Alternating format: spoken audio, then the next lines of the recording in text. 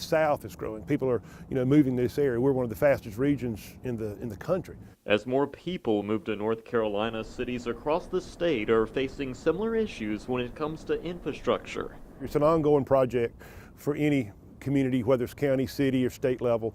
Infrastructure, water, sewer, electric, roads, bridges.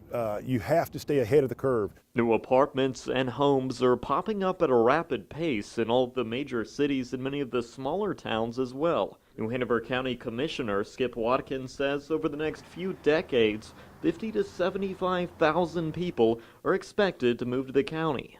And typically we are a little bit behind the eight ball on most of the infrastructures, but here in New Hanover County, we're doing everything we can to minimize the impact for citizens negatively and just to improve the overall quality of life. The Memorial Bridge itself sees 60,000 vehicles daily and more than 100,000 a day are expected over the next 30 years. Watkins says that's why they're looking at 3 options for a new Cape Fear crossing to connect New Hanover and Brunswick counties. And having the trucks drop in closer to the port will significantly reduce congestion and actually will help guide those vehicles to where they need to be. And with land quickly disappearing in New Hanover County just across the river, more than 1,000 people a year are moving to the once small towns of Leland and Belleville.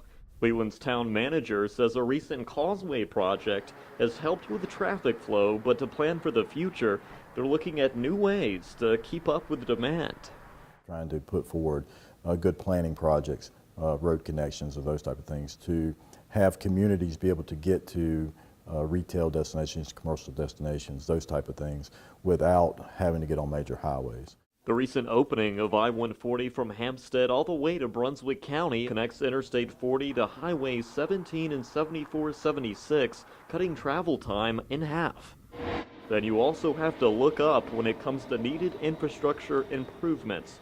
Wilmington's airport is planning a $60 to $80 million expansion that should begin within the next year. We have to grow over the years to come in order to maintain what this community needs, and that's the connections to the world. Towns big and small working together to make NC an even better place to call home. For In Focus, I'm Brandon Shope.